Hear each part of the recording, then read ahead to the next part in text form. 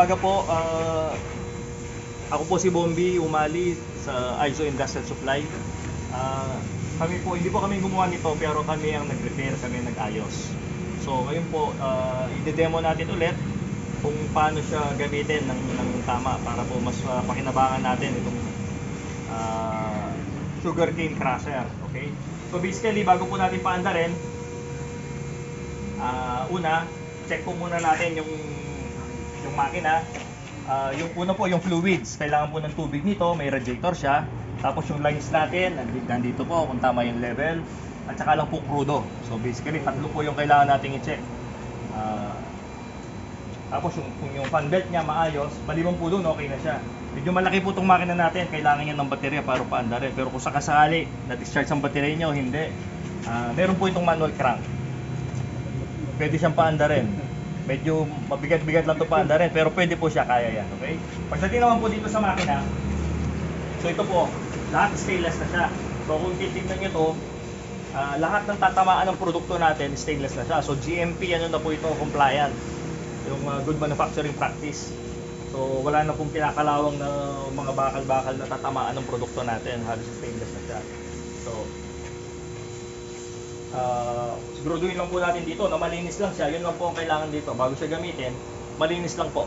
Pwede po itong tubigan dahil nga stainless siya. Pwede po itong okay. So tapos po kung magsisimula na tayo, kailangan natin ng pansahod dito. Sa kaya natin pwedeng gamitin yung tabo, yung timba. Ganito po kasi ang bibigay mo sa tayo. Sobrang laki. So ito po para hindi mabigat. Pwede na siyang sinasalin-salin. Pwede rin pong gano'n. Pero pwede po yung tama yung sinasabi. Pwede pong itaas. Dito sa gire po niya, direction na. Pwede yung 3 piraso po yan. Meron pang 2 dito. Okay, so operation po, paandarin na natin. So yung dito po, may gas siya dito. Teka. Yung gas niya, Ito pong kulay red. Oh, yun, alos gigit na lang po. Okay. Tapos meron po yung siyang plastic na yan? ano po yan, may kuryente siya, binalutan namin. Binalutan. Para lang hindi siya tatama sa katawan. Wala kami dalang paper. So, dudutin lang po lang.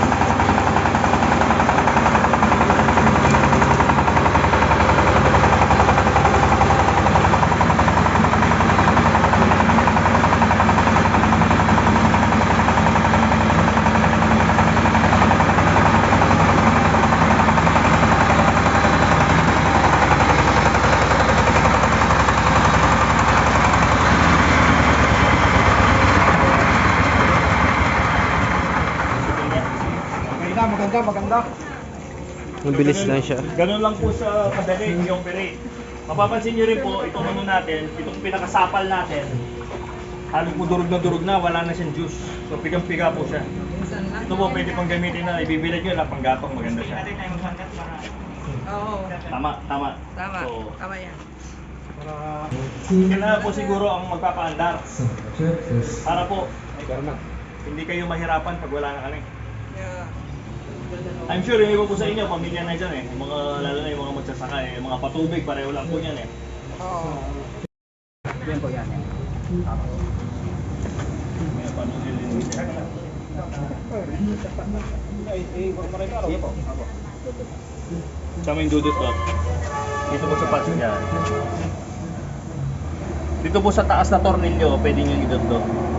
Tingnan nyo. Ay hindi, yung sa kulay pula. Yung sa kulay pula, yun po yung may kulay pula na... Kailangan ito nakakunara. Tama po. Yung po kulay pula, dot nyo po.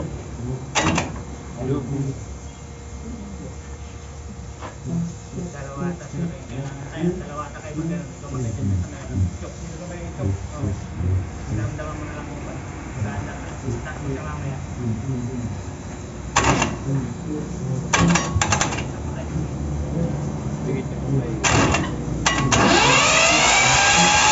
Bitaw. Hindi mo, mauna siyang bibitaw. Mauna siyang bibitaw bago kayo. Bitaw.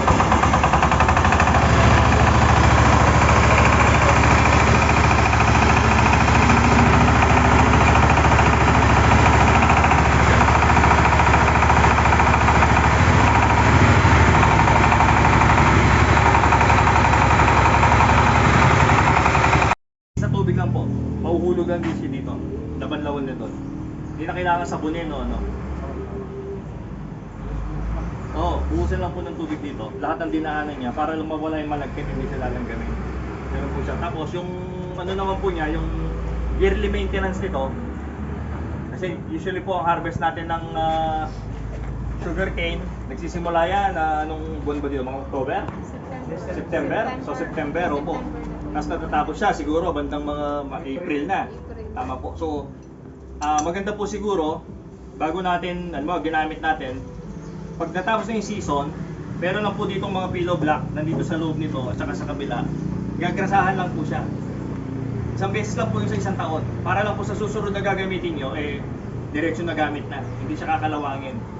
Once a year lang po yung pag-maintain natin ng grasa. May mga grease fitting po yun, parang bearing lang siya. Yun lang po, tatanggalin nyo lang po ito. Itong tornilyo niya, wala lang kung ano. Yan dapat na. Pagtanggal po nito, kita nyo yan. Hindi magamit niya sir eh. Kabila. May pangkalas kayo, Noy?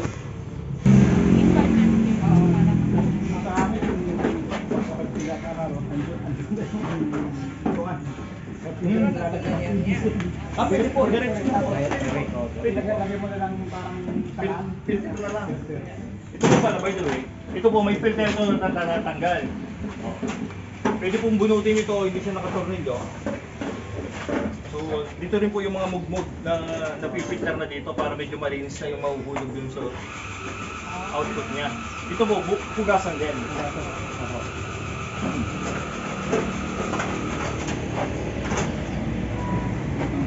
Maganda po, kung may double filter kayo, may isa pa kayong filter doon, para talagang malinis na pagluto.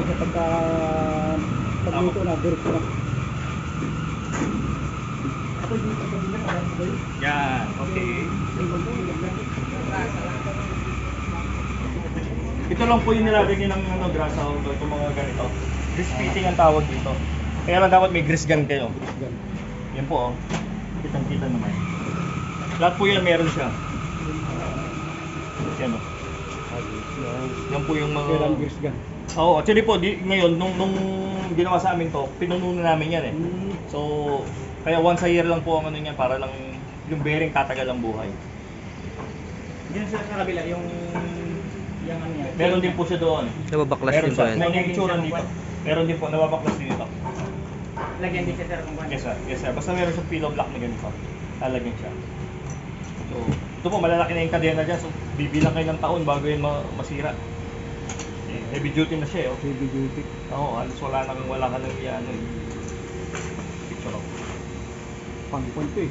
Yung ginagamit ko pang kuliglig. Tama po, tama po. Kalabang yan, di matapos yan. Mabilis, actually mabilis. Kung isang tonelada sa maghapon, maano mo kung dire-diretso? Pwede kahit na siguro sa isang araw siguro makakasama ng buwan. Makadalawa. Tuloy-tuloy ilagay mga tatlo. Tama. Dalawa. Bilis. Mabilis po siya. Mabilis ito. Hindi mo na binabalik. Isang pasada lang. Oo, hindi kailangan na. Ito eh, 100% lang tiga niya eh. Madalian na pa, magdagdag ka ng kwan. Sabi kong dalawa doon. Lutuan. Unang doon yung kawa niya.